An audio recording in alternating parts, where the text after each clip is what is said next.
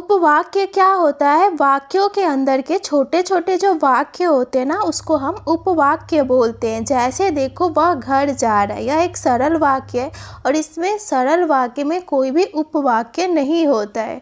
मैं पढ़ाई कर रहा हूँ और वह खेल रहा है, यह एक संयुक्त वाक्य है। मैं पढ़ाई कर रहा हूँ एक उपवाक्य है, वह खेल रहा है दूसरा उपवाक्य है। उसने कहा कि तुम गांव जा रहे हो, यह एक मिश्र वाक्य है और इस पूरे वाक्य में दो छोटे छोटे वाक्य हैं। उसने कहा तुम गांव जा रहे हो, तो ये क्या हो जाएगा? उपवाक्य हो जाएगा। उपवाक्य के दो भेद होते हैं, पहला प्रधान उपवाक्य और दूसरा आश्रित उपवाक्य।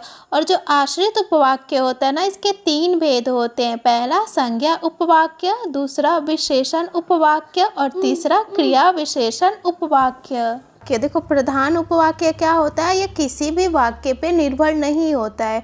और जो आश्रित उपवाक्य होता है ना, नाम से ही लग रहा है कि आश्रित रहता है, वो दूसरे वाक्य पे निर्भर रहता है।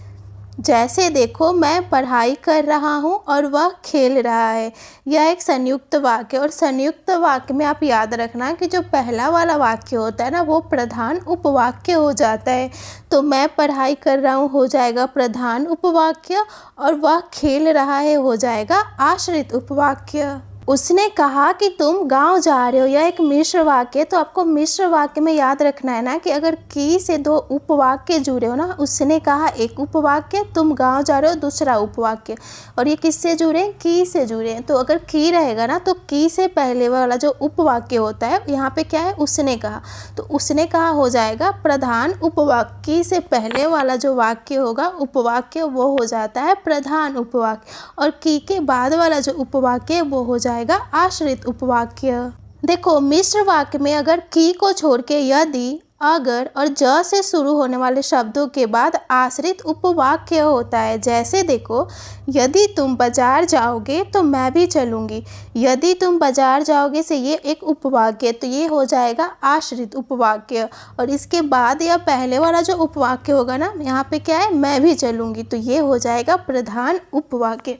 देखो, एग्जाम में ऐसा क्वेश्चन पूछता है कि प्रधान उपवाक्य और आश्रित उपवाक्य है, तो आश्रित उपवाक्य का कौन सा भेद है? संज्ञा उपवाक्य है या विशेषण उपवाक्य है या क्रिया विशेषण उपवाक्य है? तो देखो, हम संज्ञा उपवाक्य की पहचान कैसे करेंगे कि आश्रित उपवाक्य में संज्ञा उपवाक्य है। जिन वाक्यों में की हो वहाँ संज्ञा उपवाक्य होता है। देखो, संयुक्त वाक्य में तो आप जो पहला वाक्य होगा ना, उसको आप क्या बोल दोगे? प्रधान उपवाक्य बोल दोगे, और बाद वाला जो उपवाक्य होगा वो आश्रित उपवाक्य हो जाएगा। मिश्र वाक्य में आपको ध्यान देना होता है कि अगर संज्ञा उपवाक्य होगा ना, तो आपको क्या देखना है? वाक्य में ना की होना चाहिए, ये वाला की, ऐसा वाला की नहीं, ये वाला की रहेगा ना, तो वहाँ पे क्या हो जाएगा? जो आश्रित उपवाक्य होगा ना की के बाद वाला, तो वो हो जाएगा संज्ञा आश्रित उपवाक्य। जैसे देखो, शिक्षक ने बताया कि कल परीक्षा होगी, यहाँ पे शिक्षक ने बताया, की के पहले वाला उपवाक्य है शिक्षक ने बताया, तो ये हो जाएगा प्रधान उपवाक्य। और की के बाद वाला क्या है? कल परीक्षा होगी, तो कल परीक्षा होगी, ये हो जाएगा संज्ञा आश्रित उपवाक्य। विशेषण उपवाक्य की पहचान कैसे करेंगे? जिन उपवाक्यों में जो, जिस, जिससे, जिसने, जिसको, जिन्होंने, जिन्हें, जिसमें, जिनको, ये सारे शब्द आपको दिखेंगे ना, वहाँ पे विशेषण उपवाक्य हो जाएगा। तो आपको ये सारे शब्द क्या करने पड़ेंगे? याद करने पड़ेंगे, तब आपको समझ में आ जाएगा कि हाँ, यहाँ पे विशेषण उपवाक्य हो जाएगा। जैसे देखो, जिसने होमवर्क नहीं किया वह खड़ा हो जाए, तो जिसने है ना, जिसने है यहाँ पे, जिसने से ये वाक्य शुरू हो रहा है, उपवाक्य शुरू हो रहा है, तो जिसने होमवर्क नहीं किया, ये हो जाएगा विशेषण उपवाक्य। और इसके बाद या पहले जो उपवाक्य होगा वो प्रधान उपवाक्य हो जाएगा, तो वह खड़ा हो जाए, वह खड़ा हो जाए हो जाएगा प्रधान उपवाक्य। क्रिया विशेषण उपवाक्य की पहचान कैसे करेंगे? देखो, संज्ञा उपवाक्य में क्या आता है? की आता है। विशेषण उपवाक्य जितने शब्द है उनको छोड़ दो, बाकी क्रिया विशेषण में जो शब्द बचते हैं ना, जैसे जब, जहाँ, जैसे, यदि, जिस तरह, जिस जगह, जितना आदि, जितने भी शब्द बचते हैं ना, वो सब क्या हो जाएंगे, क्रिया विशेषण उपवाक्य हो जाएंगे। जैसे देखो, यदि बारिश होगी तो फसल अच्छी होगी। यदि से कौन सा उपवाक्य शुरू हो रहा है, यदि बारिश होगी, तो ये क्या हो जाएगा, ये हो जाएगा क्रिया विशेषण उपवाक्य।